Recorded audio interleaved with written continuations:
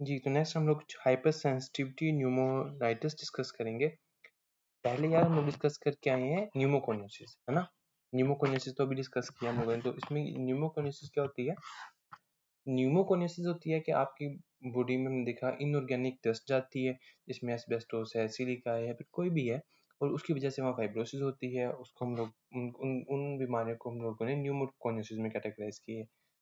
कुछ बीमारियां होती हैं उन्हें कहते हैं हाइपर सेंसिटिव न्यूमोनाइटिस। उसमें क्या होता है कि कोई ऑर्गेनिक डस्ट जाती है, इसमें इनऑर्गेनिक बताइए ना आपको, इसमें जाती है ऑर्गेनिक डस्ट, आप मतलब इनहेल करते हो समहाउ। ऑर्गेनिक डस्ट मतलब वो प्लांट्स सोर्स भी हो सकता है उसका, एनिमल सोर्स भी हो सकता है, whatsoever the source, organic dust आप इनहेल करते हो और उसके नतीजे में कोई हाइपर सेंसिटिविटी रिएक्शन होते हैं।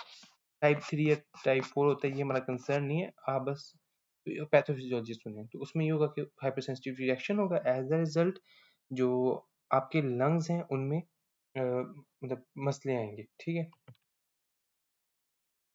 तो इसमें अपने पास आ जाएगा हाइपर सेंसिटिविटी न्यूमोनाइटिस। इसके हम लोगों ने ये फार्मर्स लंग्स भी इसमें आते हैं, बर्ड्स फैंसियर लंग आते हैं, सारे इसमें आते हैं, सही है। अब हम लोग ने स्टार्ट करना है, जो पहला है हमारा वो है फार्मर लंग। अब फार्मर्स लंग में क्या होता है कि मोल्डी है मतलब कि कोई फंगस लगी या फिर फुंदी कहते हैं, मोल्डी को कहते हैं फुंदी, यानी फंगस लगी। है मतलब ग्रास, घास में, या फिर ग्रेन डस्ट यार, जब अनाज वगैरह आप कभी हो ना, उसकी गन्नों की कटाई हो रही हो या फिर इस तरह उसको स्टोर वगैरह करने के उस मौसम में ना, एक हवा में फैली होती है, उसको कहते हैं ग्रेन डस्ट, सही है। तो खैर ये चीजें हो, अगर इनमें इन्फेक्शन हो जाए, मतलब मोल्डी हो जाए, मतलब ये खराब हो जाए, नमी में पड़ी हो ना, तो उसका इनका फंगल इन्फेक्शन हो सकता है इन पे, या फिर बैक्टीरिया वो इन्फेक्शन कर सकते हैं। तो फिर जब वो इन्फेक्टेड जो डस्ट है, वो जब हम इनहेल करते हैं ना, तब हम में एक्सपोजर होता है किस चीज का? उन एंटीजेंस का। एंटीजन कौन है? देखो, एस्परजिलस फ्यूमिगेटस, एस्परजिलस तो आपको पता है एक फंगस है, और माइको पोलिस्पोरा फेनी, ये एक बैक्टीरिया है। थर्मोफिलिक एक्टिनोमाइसीट्स, एक्टिनोमाइसीट्स का तुम्हें पता है ना, एक्टिनोमाइसीट्स bacteria gram positive branch forming या फिलामेंटस बैक्टीरिया, इनको आगे भी डिस्कस करेंगे। खैर, तो ये मतलब हुआ ये कि इन लोगों ने पहले जो गंदुम थी या अनाज था उनको, वो नमी में पड़े हुए थे, तो वहाँ इन्होंने इसको इन्फेक्ट किया, उसको खराब किया, और फिर जब उधर से डस्ट रिलीज हुई, वो हवा में गई, तो उसका एक्सपोजर हुआ लोगों को, और उससे होगा फार्मर्स लंग, ठीक है। तो ये सारी स्टोरी होगी, मतलब ये एंटीजेंस हैं और ये जाके हाइपर सेंसिटिविटी रिएक्शन कराएंगे बंदों के अंदर। तो ये स्टोरी है। कहते हैं फार्मर के राइट लंग में कैल्सिफिकेशन है, एस्परजिलोसिस है, ये ये अलग चीज है, इसको आगे डिस्कस करते हैं। ये आगे अपने फार्मर लंग से रिलेटेड। फार्मर लंग में क्या होगा? ग्रेन डस्ट रीजन है उसकी, और मेन काज के अगर पूछे तो वो है अपने पास ये बैक्टीरिया, ठीक है, माइक्रो पोलिस्पोरा फेनी। और एक्चुअली क्या है, ये एक एक्टिनोमाइसीट है, एक बैक्टीरिया, फिलामेंट फॉर्मिंग बैक्टीरिया।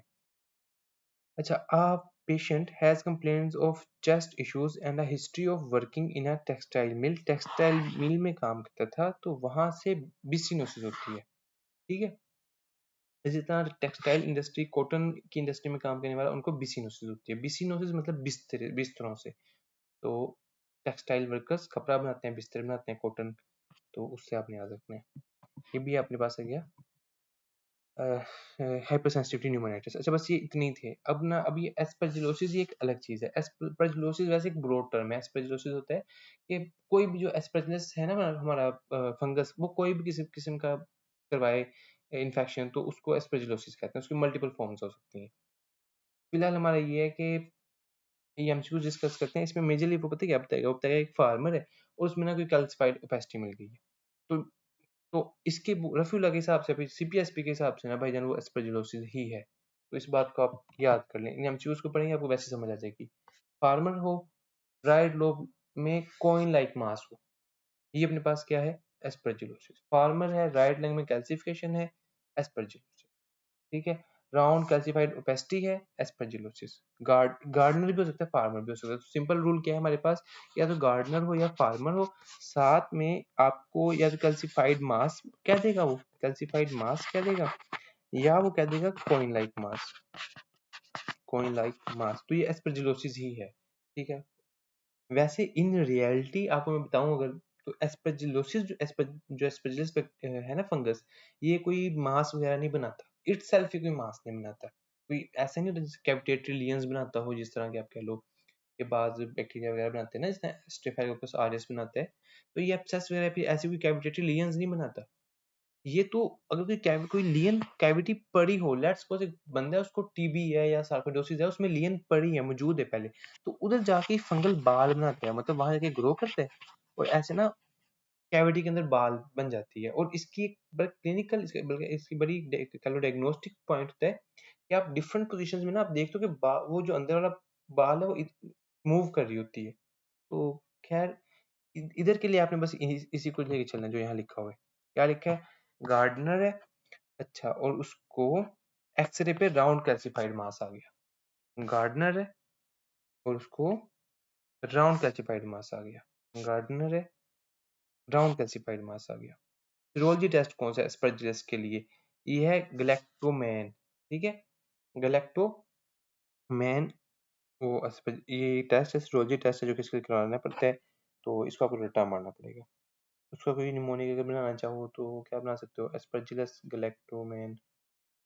तो यार अभी तो ध्यान में नहीं आ रहा गैलेक्टो में।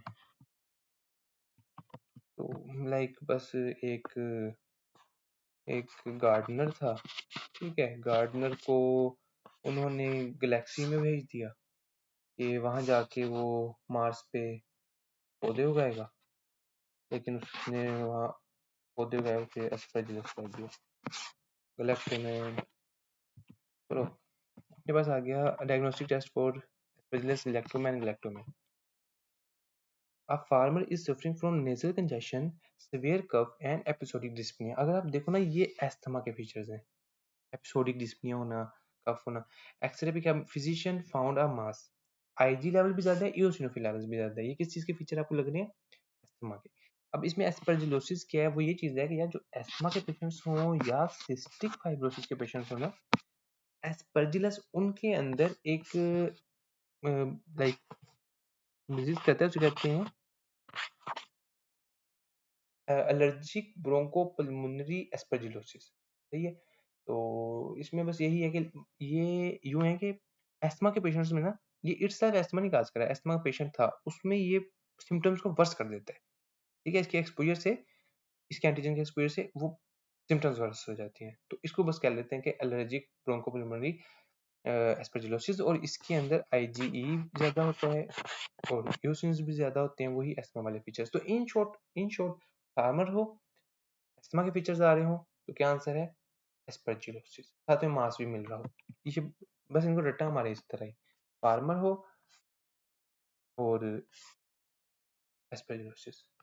ये देखें वही चीज, आईजी ज्यादा, एसिनोफिल ज्यादा, non invasive aspergillosis. Non invasive कुछ भी नहीं है असल में ना, जो ये फंगस है ना, जिस तरह ये फंगस है एस्परजिलस है, या अपने पास म्यूकोर माइकोसिस एक और फंगस है, हम लोग आगे डिस्कस करेंगे। तो ये दोनों ये इन्वेड कर जाते हैं। बाज का तो होता है कि जब इम्यूनो कम्प्रोमाइज पेशेंट है तो उसमें वो इन्वेड करके टिश्यूज को भी इन्वॉल्व कर सकते हैं, वेसल्स को भी इन्वेड कर सकते हैं, तो उसमें उसको इन्वेसिव कह देंगे। अगर वो नहीं करे, जिस तरह की आप कहो कि एक फार्मर है तो उसमें वो नहीं करे, तो उसको फिर वो नॉन इन्वेसिव कह देंगे। तो ये कोई खास, ये सिर्फ इसलिए समझा रहा हूँ कि अगर ऑप्शन में इन्वेसिव भी हो तो आपने नॉन इन्वेसिव ही लेके जाना है। सही, इन्वेसिव में क्या फीचर्स होंगे कि वो कहेगा कि उसने ना वेसल्स को इन्फेक्ट किया हुआ है, या फिर नेक्रोसिस हो रही है, नाक की सेप्टा की नेक्रोसिस हो गई है, या फिर इस तरह हम लोग आगे डिस्कस करेंगे, आपको समझ आ जाएगी।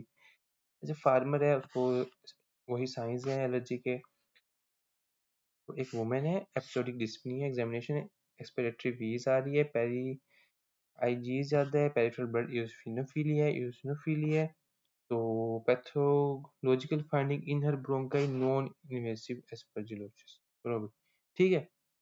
तो अब इसमें वैसे आप बात तो आपकी है कि कुछ आंसर नहीं बन रही, मुझे और चीजें भी तो हो सकती हैं, लाइक कोई कोई या तो कोई पॉइंट हमें बताएं। असल में ना यही मसला है आपके एफसीपीएस का, जो बात उसने कह दी है ना, की में जो आ गया वही सही है, आपकी लॉजिक नहीं चलनी है, तो इसलिए आपको एमसीक्यूज ही करने पड़ने हैं इधर। ऐसा नहीं भी कर सकता कि बंदा कोई अच्छी सी बुक पढ़ के इसे पास कर ले, ना भाई। 12 साल का बच्चा है, कफ है, विजिंग है 7 सालों से, बायलैटरल ब्रोंकिक्टेसिस है, और examination show thick sputum containing eosinophils, most likely cause is aspergillosis। सही है। अब ऐसे ये है कि अब में भी ये हो सकता है कि सिस्टिक फाइब्रोसिस का पेशेंट हो और उसमें बायलैटरल ब्रोंकिक्टेसिस है, स्पुटम में eosinophils आ रहे हैं, eosinophils का आ जाना, और तो एस्पेजिलोसिस में भी एलर्जिक है, ऐसे में इसको भी इसको भी वही है, एलर्जिक ब्रोंकोपल्मोनरी एस्पेजिलोसिस। लेकिन क्या कर सकते हैं, सही है, क्योंकि eosinophils का आना ना, तो ये एलर्जिक चीज आ रही है आपको, एलर्जी। अब देखो आप साथ में ब्रोंकिक्टेसिस भी चल रही है, तो इस हिसाब से आप थोड़ा सा सोच सकते हो कि यार ये सिंपल केस नहीं है, कोई एलर्जिक भी नहीं है, क्योंकि आपने एस्थमा में कभी ब्रोंकिक्टेसिस तो नहीं होती, हमने ऐसे देखा। सिस्टिक फाइब्रोसिस में ब्रोंकिक्टेसिस देखी है ना हमने। अब सिस्टिक फाइब्रोसिस चल रही है और साथ में eosinophiliा चल रहा हो, तो ये चीज, अब एस्परजिलस जो है वो सिस्टिक फाइब्रोसिस के पेशेंट को इफेक्ट करते हैं, तो यहाँ से घूम घुमा के आप ये लिंक सोच सकते हो, सही है। The repeated infections in a child with skin abscesses and aspergillosis are due to defective NADPH oxidase, यार ये ना क्रोनिक ग्रानुलोमेटस डिजीजेज होती हैं। तो NADPH ये है कि जो अपने पास फैगोसाइट्स होते हैं ना, वो NADPH ऑक्सीडेज को यूज करके बैक्टीरिया को किल करते हैं, ठीक है। तो जब ये नहीं डिफेक्टिव होगा तो वो उसको मार नहीं पाते बैक्टीरिया को, सिर्फ वो उनको सील ऑफ करते हैं, जिस तरह के उनके ग्रैनुलोमास बनाते हैं, ठीक है। ये ऐसी बीमारी है, भाई समझ के क्या हो रहा है। मैक्रोफेजेस जो फैगोसाइट्स हैं वो उनमें एनएडीपीएच की ऑक्सीडेज की डेफिशिएंसी है, और वो बैक्टीरिया को इनगल्फ तो कर लेते हैं, मार नहीं पाते। एज ए रिजल्ट फिर वो जब जिंदा रहेंगे तो फिर वो क्या करते हैं, उनको सील ऑफ करना शुरू कर देते हैं, ग्रैनुलोमा बनाना शुरू कर देते हैं। तो as a result multiple areas पे ग्रैनुलोमास बनना शुरू हो जाते हैं। तो इनको ये क्रोनिक ग्रानुलोमेटस डिजीज है, इसे कहते हैं क्रोनिक ग्रानुलोमेटस डिजीज, सही है। तो इसकी ये स्किन एब्सेसिस होना, एस्पेजिलोसिस होना, ये रट्टा मारना पड़ेगा। A man with no cough fever x-ray shows diffuse lung fibrosis in organic dust, सही है। डिफ्यूज लंग फाइब्रोसिस है, और तो न्यूमोकोनिसिस का पेशेंट है। अब a 40-year male presents with shortness of breath, slowly progressive cough, diffuse interstitial fibrosis inorganic dust, मतलब न्यूमोकोनिसिस में होता है ये। वैसे तो इडियोपैथिक भी होते हैं, इडियोपैथिक पल्मोनरी फाइब्रोसिस का पेशेंट भी सेम इस तरह प्रेजेंट कर सकता है, लेकिन अब है तो है। तो इनऑर्गेनिक ऐसे में ये भी है कि जो 4 एमसीक्यूज होते हैं आपने उसमें भी सोचना पड़ता है कि इनमें से कौन सा बेस्ट बनता है। खैर इंटरस्टिशियल लंग डिजीज है ना, जो फिर रिस्ट्रिक्टिव लंग डिजीज है न्यूमोकोनिसिस, तो उसमें पैटर्न ये शो होता है। अच्छा, diffuse interstitial patches in all over the lungs, rest of the examination is normal, dyspnea progressive, inorganic test अपने पास आ गया कि डिस्पनिया 12 सालों से, एक नो क्रोनिक का, physical examination a febrile, diffuse interstitial fibrosis, inorganic test.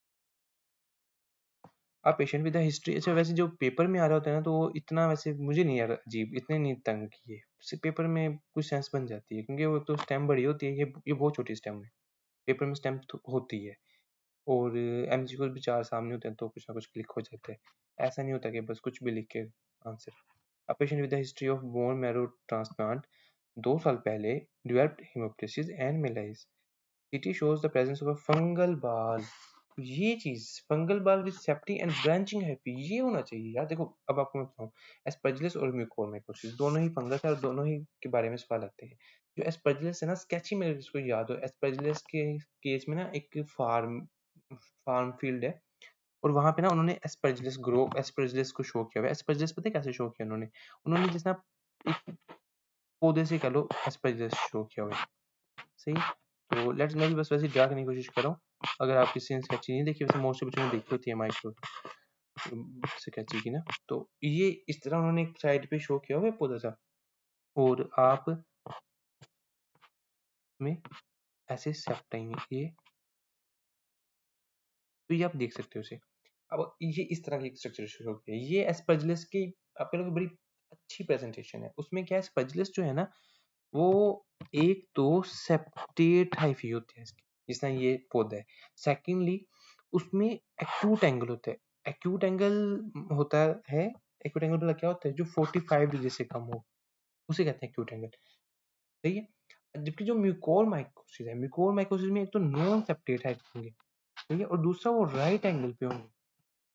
Right angle मतलब कि 90 डिग्री पे होंगे। वो इस तरह, मतलब इस तरह के हाइफी बनाते हैं। एग्जैक्ट तो मुझे स्ट्रक्चर नहीं आता, लेकिन उसकी जो 90 डिग्री का होता है, तो ये चीज़ आपने याद रखनी है। कि म्यूकोर माइकोसिस में सेपरेट नहीं होंगे और राइट एंगल होंगे, जबकि एस्परजिलोसिस में सेपरेट होंगे और एक्यूट एंगल होंगे। इंशाल्लाह ये तो नहीं आपको भूलेगा, एक्यूट एंगल होंगे। तो पौधों में मोस्टली एक्यूट एंगल होता है, राइट एंगल पौधे तो नहीं ऐसे मतलब ब्रांचेस होती। तो इस तरह हम याद रख सकते हैं। फिर अपने पास आ गया कि separate hyphae, aspergillus, non separate mucormycosis, pseudo hyphae candida बनाता है, फंगल ग्रोथ, नेक्रोटिक डेब्रिस, जस्टिव इन्वेसिव फंगल इन्फेक्शन। तो ठीक है, इसको हम डिस्कस करेंगे कि जब फंगल इन्फेक्शन होता है तो उसमें नेक्रोसिस कैसे हो जाती है, नेक्रोटिक डेब्रिस कैसे बनते हैं। अब देखिए, एक नॉन डायबिटिक फीमेल है, उसको बोन मैरो ट्रांसप्लांट हुआ था 2 साल। अब क्रोनिक राइनो साइनोसाइटिस हुआ है उसे, हेमोलिसिस है, मेलेज है, CT shows presence of fungal ball with septate branching hyphae at acute angle is aspergillosis. अच्छा, एक बात। दूसरी बात क्या, कि ये इन्वेसिव एस्परजिलोसिस है। वो कैसे? नहीं, फिलहाल के नहीं, हाँ, मतलब है इन्वेसिव एस्परजिलोसिस। मैं सोचा था कि समझाऊंगा कि ना समझाऊंगा। अभी इसमें ये होता है यार, हम लोग डिस्कस कर लेते हैं, क्योंकि ये नेक्स्ट पॉइंट यही है।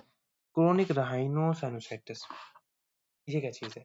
राइनो मतलब नाक, साइनस मतलब साइनोसाइटिस। तो इसमें होता ही ये है कि बाज़ औक़ात जो हमारे पास स्पोर्स होते हैं इन फंगाई के, एस्परजिलस के या म्यूकोर के, वो स्पोर्स हम करते हैं इनहेल, और अब इनहेल करके वो साइनसेस में भी जा सकते हैं नाक के, या फिर वो हमारे लंग्स में भी जा सकते हैं। अगर कोई साइनसेस में चले जाए स्पोर और बंदा हो इम्यूनो कॉम्प्रोमाइज्ड, ठीक है, तो स्पोर ये करते हैं, वो उधर ग्रो करते हैं और वहाँ की जो एपिथेलियम है उसको इन्वेड करते हैं। एपिथेलियम को इन्वेड करके, अभी जो म्यूकोजा होती है, म्यूकोजा की लेयर्स में पता है ना, उसमें एपिथेलियम होती है, लैमिना प्रोप्रिया होती है, मस्कुलर म्यूकोजी होती है। तो एपिथेलियम को इन्वेड करते हैं, नीचे आती है लैमिना प्रोप्रिया। फिर लैमिना प्रोप्रिया को इन्वेड करेंगे। लैमिना प्रोप्रिया को इन्वेड करेंगे तो वहां पर होती है वेसल्स, जो कि म्यूकोजा को सप्लाई करी होती है। तो उन वेसल्स में चले जाएंगे, उन वेसल्स को इन्वेड करेंगे, उन वेसल्स को ब्लॉक भी करेंगे। एज ए रिजल्ट, जिस भी वेसल को वो सप्लाई कर रहे थे, जिस भी वेसल को वो सप्लाई, जो वेसल जिस भी एरिया को सप्लाई करी थी, उधर नेक्रोसिस हो जाएगी। सही है। तो ये करते हैं, ये दोनों ही करते हैं ज्यादा। वैसे ये चीज किसके साथ कॉमन है? म्यूकोरमाइकोसिस के साथ। सही है। लेकिन इम्यूनो कम्प्रोमाइज्ड पेशेंट हो तो आप उसमें एस्परजिलोसिस भी कर सकते हैं, कोई ऐसी बात नहीं है। अब इन पेशेंट में ये ये डायबिटिक होना भी एक इम्यूनो कॉम्प्रोमाइज स्टेट है, और अभी हम आगे डिस्कस करेंगे कि म्यूकोरमाइकोसिस जो है डीके के पेशेंट को कैसे डिस्टर्ब करता है। लेकिन खैर, ये जो केस है इसमें आप देखो बोन मैरो ट्रांसप्लांट हुए, तो ये इम्यूनो कॉम्प्रोमाइज्ड है, उनको क्रोनिक राइनोसाइनोसाइटिस हो गया और आपको फंगल बहाली मिल गई। ये तो सिंपल सिंपल एग्जैक्ट सिनेरियो बनता है एस्परजिलोसिस का। एक पेशेंट है, उसको बोन मैरो ट्रांसप्लांट हुआ है, फंगल बहाल है, सेप्टिक है, ब्रांचिंग हैवी है, एस्परजिलोसिस है, यंग गर्ल है, नेजल पॉलिप है, no septate hyphae with right angle branching. ये कौन सा है? म्यूकोरमाइकोसिस।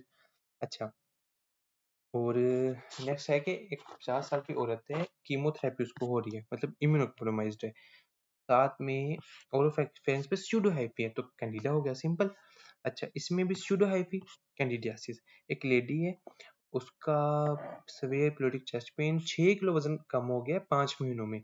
उसके अलावा बायलैटरल रेटिकुलो नोडुलर इन्फ्लेट्रेट्स हैं, नेक्रोटिक डेब्रिस है, न्यूट्रोफिल्स है, रेंज हिस्टोलॉजी पे फंगल ग्रोथ है, मिल जाएगी।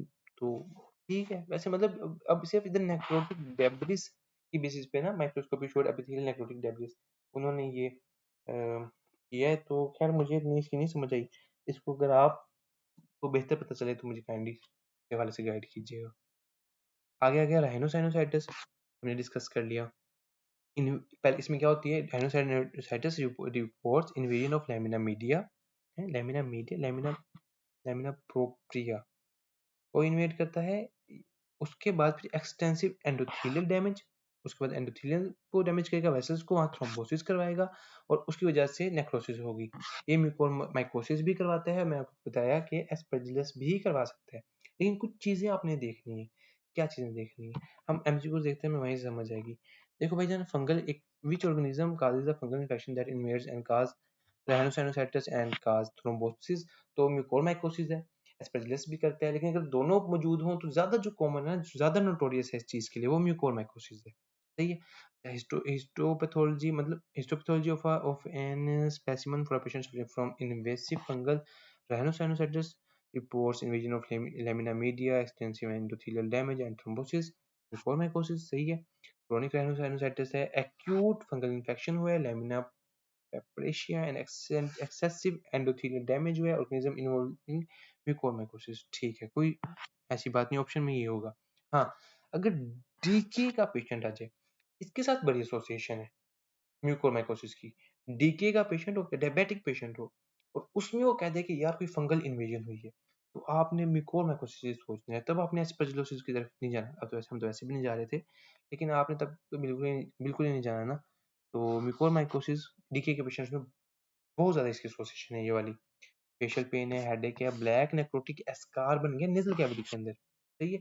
डीके का पेशेंट है, highly suggestive of mucormycosis.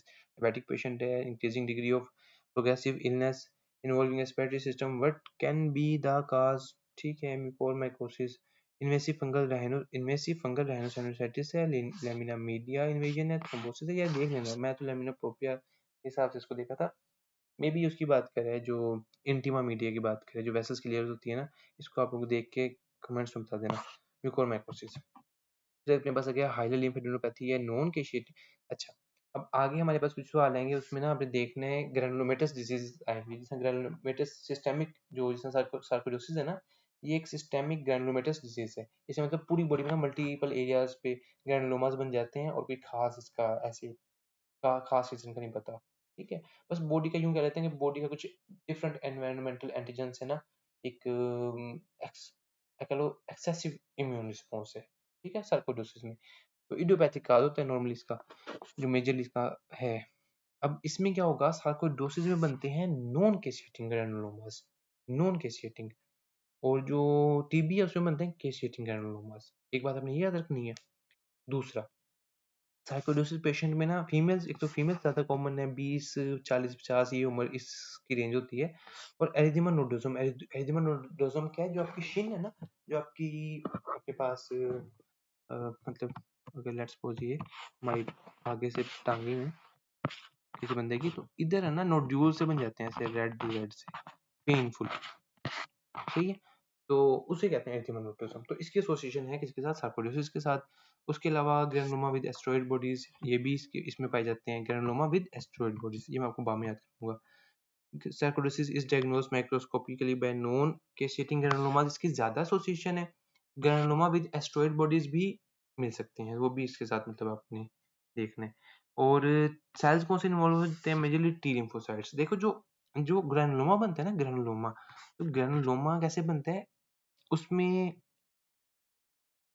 T lymphocytes पहले समहाउ एक्टिवेट होते हैं, मतलब उनको हेल्पर टी सेल्स कह रहा हूँ, एंटीजन प्रेजेंटिंग सेल्स आ गया, फिर किस तरह उनको स्टिमुलेट किया जाता है। हेल्पर टी सेल्स भी क्या करते हैं, वो करते हैं इन इंटरफेरोन गैमा को रिलीज। इंटरफेरोन गैमा को, ये चीज याद करनी है, एमसीक्यू में आई हुई है। इंटरफेरोन गैमा रिलीज करता है, वो फिर मैक्रोफेजेस को बुलाता है। मैक्रोफेजेस आके वहां उन एपिथेलियोइड सेल्स में कन्वर्ट होते हैं, और एपिथेलियोइड सेल्स जो है ना, वो ग्रैनुलोमा बनाते हैं। तो अगर ग्रैनुलोमा की तस्वीर आपने देखी हो, वैसे तो आप लोगों ने देखी होगी, तो उसमें आपको पता है क्या होता है कि इधर दरमियान में एपिथेलियोइड सेल्स होते हैं, और बीच में जायंट सेल्स भी होते हैं। जायंट सेल्स क्या होते हैं कि वही मैक्रोफेजेस अगर ज्यादा मिलके जायंट सेल्स भी बना सकते हैं, या फिर एपिथेलियोइड सेल्स में भी कन्वर्ट हो सकते हैं। तो सेंट्रली होती है हमारे पास एपिथेलियोइड सेल्स, और पेरिफेरल में लिम्फोसाइट्स इकट्ठे हुए होते हैं। सही, पेरिफेरी में लिम्फोसाइट्स इकट्ठे हुए होते हैं। तो ये ग्रैनुलोमा की होती है पिक्चर। और अगर नेक्रोसिस हो, तो इसमें बीच में ना केशियस नेक्रोसिस हुई है, मतलब कि भाई इसमें केशियस नेक्रोसिस भी हो सकती है, तो वो ये हो जाएगा केशिएटिंग ग्रैनुलोमा। ये इसका स्ट्रक्चर होता है। तो बात करने का मकसद ये था कि टी सेल टी लिम्फोसाइट्स का मेजर रोल है इसके अंदर, सार्कोइडोसिस के अंदर। ये बुलाते हैं मैक्रोफेजेस को, सही है। फिर अपने पास आ गया sarcoidosis is diagnosed microscopically by non caseating granulomas, hilar lymphadenopathy, non caseating granulomas, बात खत्म। वैसे सार्कोइडोसिस में ना बाइलैटरल हाइलर लिम्फेडेनोपैथी, ये भी इसका एक बड़ा ही कह लो कि इंपॉर्टेंट फीचर है।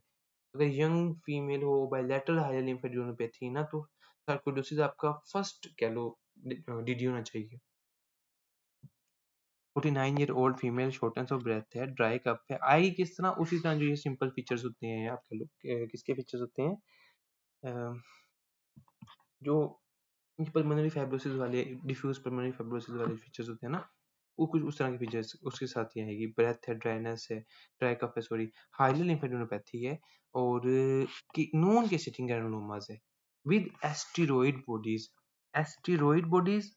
इन सार्कोइड, एस्टेरॉइड बॉडी, ठीक है। तो ये पाई जाती हैं, ये भी पाई जा सकती हैं, कोई जरूरी नहीं था, इतना भी काफी था। बाकी अपने पास नॉन कैसेटिंग ग्रैनुलोमास आ गया, सार्कोइडोसिस, नॉन कैसेटिंग ग्रैनुलोमास। देखो, अब उसने कहा है कि क्रोनिक ड्राई कफ है, हाइलर लिम्फेडेनोपैथी है, और एएफबी नेगेटिव है। अब आपको पता है जो ग्रैनुलोमास मैंने आपको बताया कि कौन करवाता है, वो भी करवाता है अपना, टीबी भी करवाता है, लेकिन टीबी करवाता है कैसेटिंग। उसने कहता है कि नहीं भाई, एएफबी नेगेटिव है, एएफबी मतलब एसिड फास्ट बैसिल है, तो माइकोबैक्टीरियम तो नहीं है। फिर दूसरा ऑप्शन हमारे पास ये रहता है नॉन कैसेटिंग ग्रैनुलोमास का, सार्कोइडोसिस का, granulomatous lesion without caseous necrosis, sarcoidosis. Schaumann bodies पाई जाती हैं सार्कोइडोसिस में। तो इसको मैंने जो याद किया ना, मैंने तो ऐसे याद किया कि एक ये हमारे पास है बंदा,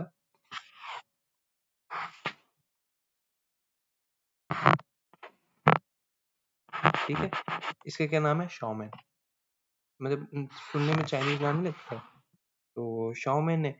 और जो अपने पास, अगर आपको पता हो ना, तो स्केची के अंदर सार्कोइडोसिस को ना फुटबॉल से शो करते हैं।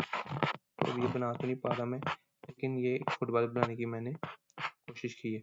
तो खैर, ये आप कह लो कि शाओमिन ये फुटबॉल का है, प्लेयर है।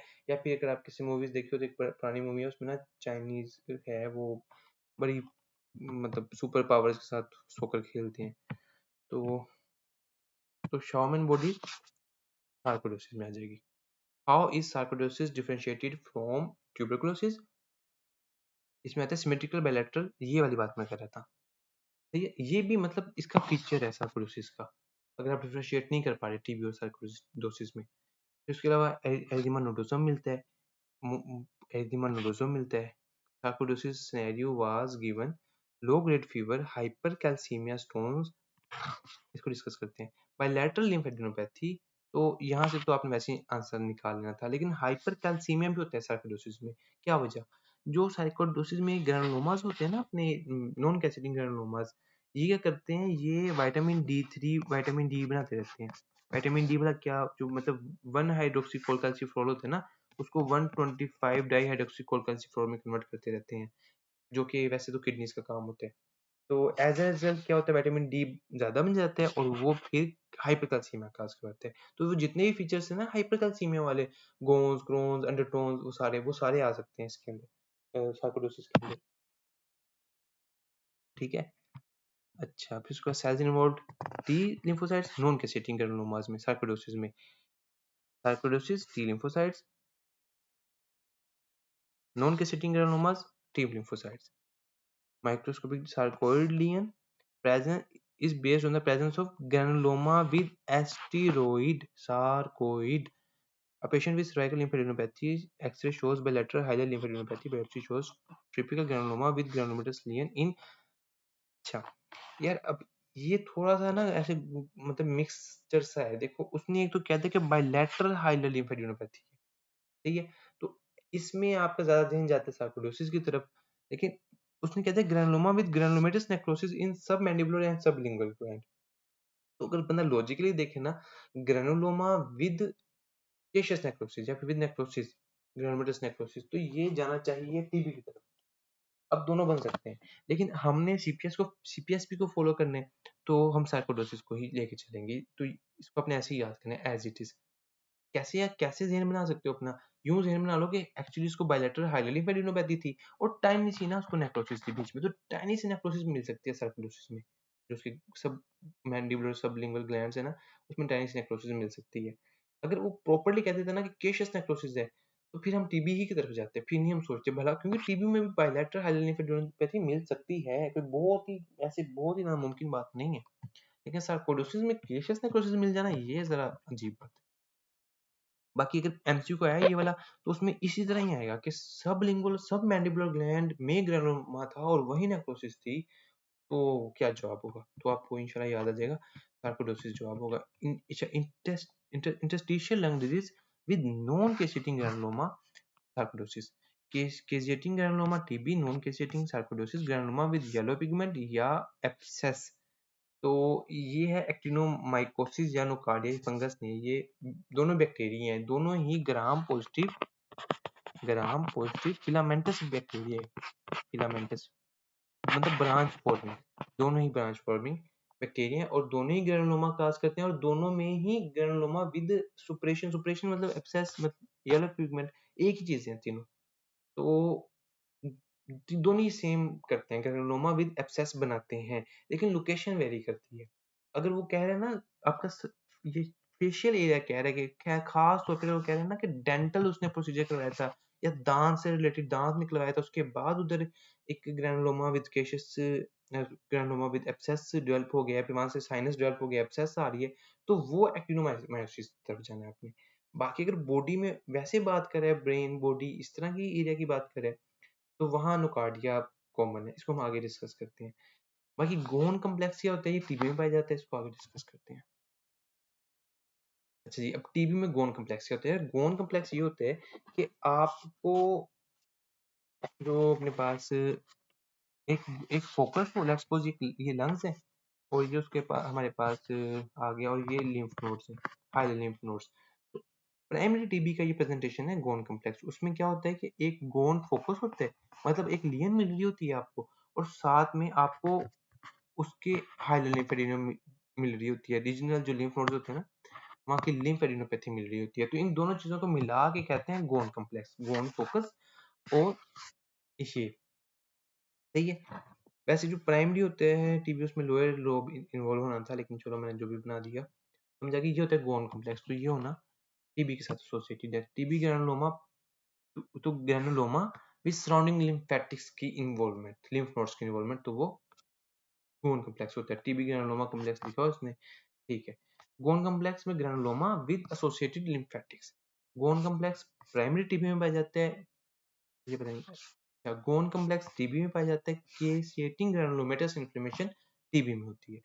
और आप देखो इसमें होगा diagnosis TB cervical granuloma lymph nodes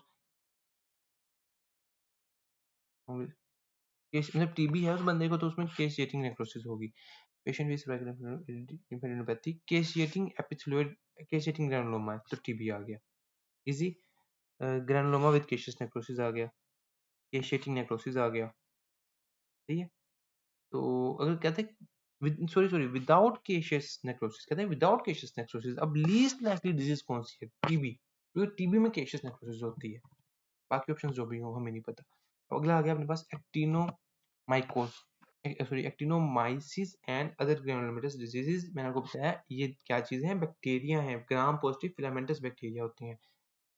diabetic patient है, टूथ एक्सट्रैक्शन उसने करवाई, अब उसको एब्सेस डेवलप हो गई है, तो कौन एक्टिनोमाइसिस नहीं, मतलब उसने खुद ही बता दिया करवाएगा, तो कैसा होगा, उधर ग्रेनुलोमा होगी, उस बीच में एब्सेस पड़ी होगी, सही है। केशियस नेक्रोसिस और चीज है, एब्सेस मतलब पस पड़ी होगी, अंदर एब्सेस पड़ी होगी, वो बैक्टीरियल में होगा। डायबिटिक है, जार ड्रेनिंग एब्सेस है, और ग्राम पॉजिटिव बेसिलाई है, वैसे बेसिलाई नहीं एक्चुअली ये फिलामेंटस है, ठीक है, बैक्टीरिया। खैर बाकी बेसिलाई भी कह लो, जो मर्जी कह लो। ग्रेनुलोमा विद एब्सेस होगा। डायबिटिक है, जार ड्रेनिंग एब्सेस है, ग्रेनुलोमा विद एब्सेस है।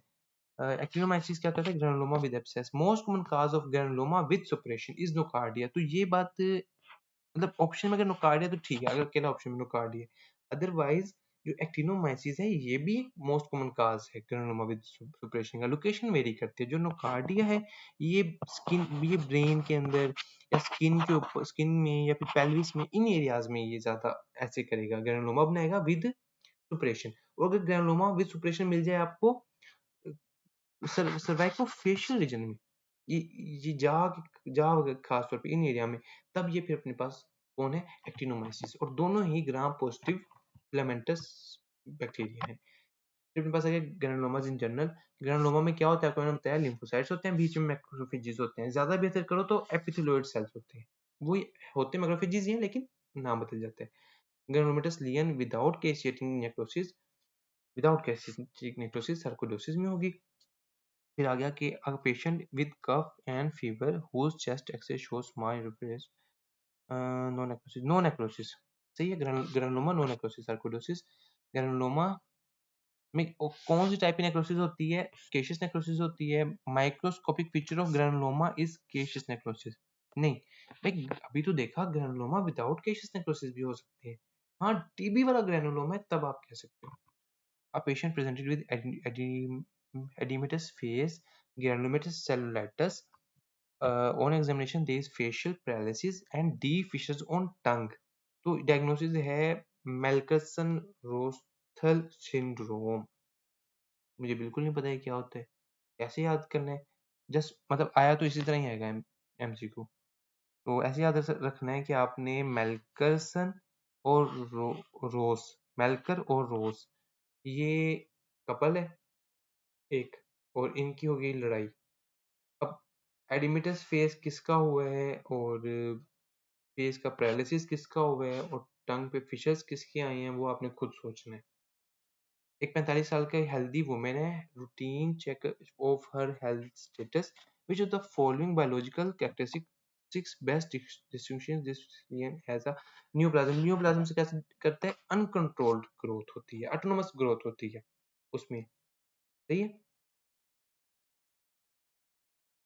Transformation of macrophages to epithelioid cells in chronic granulomatous inflammatory is mainly brought, कौन करवाते हैं? Interferon gamma.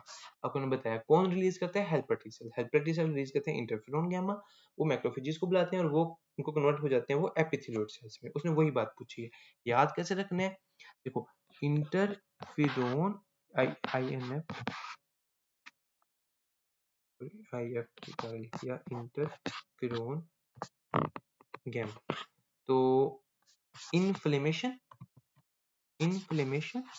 And granuloma formation, ये दो काम करवाते हैं इंटरफेरोन गैमा। इन्फ्लेमेशन मतलब मैक्रोफेजेस को बुलाना और ग्रेनुलोमा बनवाना। तो inflammation and granuloma formation, interferon gamma. अच्छा, फिर आ गया एक 49 ईयर ओल्ड फीमेल है, शॉर्टनेस ऑफ ब्रेथ है, ड्राई कफ है, हाइलर लिम्फेडेनोपैथी, एक्सरे पे lymph nodes reveals non caseating granulomas sarcoidosis. ठीक है। अच्छा, तो कहते हैं कि सार्कोइडोसिस को कैसे डिफरेंशिएट करते हैं, पहले हमने कर लिया। कफ है, फीवर है लास्ट 3 मंथ से, और granuloma with caseous necrosis, TB, भला बायलैटरल हाइड्रोलिम्फेडेनोपैथी हो, यही बात मैं पहले समझा रहा था। ये चीज मिल जाए ना, फिर नहीं सोचना। 35 साल की ओल्ड लेडी है, 5-6 माह की हिस्ट्री है, लो ग्रेड फीवर है, और पता नहीं क्या क्या है। ब्रोंकियल बायोप्सी हमने क्या मिला? हमें नॉन केसिएटिंग ग्रेनुलोमास मिले। तो क्या चीज है? तो सार्कोइडोसिस है। और कौन करवाता उसमें, किसकी ज्यादा आपने हम देखा? T lymphocytes. सार्कोइडोसिस में टी लिम्फोसाइट्स। अल्कोहलिक फीमेल है, साथ में उसको कफ विद हेमोप्टिसिस है, बलगम में खून आ रहा है, 4 किलो वजन भी कम हो गया है। तो बायलैटरल पेरी हाइलर लिम्फेडेनोपैथी है, फ्यू एपिथेलियोइड सेल्स हैं, न्यूट्रोफिल ज्यादा, लिम्फोसाइट्स कम, टीबी वल्लाह ऐसे। अच्छा, characteristics of TB granuloma, epithelioid cell. मतलब ऐसे तो इस वाले में वैसी बात करूँ ना, तो बंदा टीबी है, सही है, टेम्परेचर भी है उसको थोड़ा सा, कफ में उल्टी भी आ रही है, मतलब उल्टी कह रहा हूँ, बलगम में खून भी आ रहा है, साथ में वेट भी लॉस हो रहा है, कोई नहीं, देखी जाएगी। फिर अपने पास आ गया characteristics of TB granuloma epithelioid cell. कोई बात नहीं, क्यों भाई? ग्रैनुलोमा तो हर तरह के ग्रैनुलोमा में एपिथेलियोइड सेल मिलेंगे, टीबी में क्या खास बात है? तो ऐसा कोई है नहीं, लेकिन सिनेरियो में यही होगा, ऑप्शन में यही होगा। Most diagnostic test for TB PCR AFB. एक मिनट हम देख लें टाइम कितना हुआ है। इसको यहीं रोकते हैं, नेक्स्ट अगले में स्टार्ट करते हैं।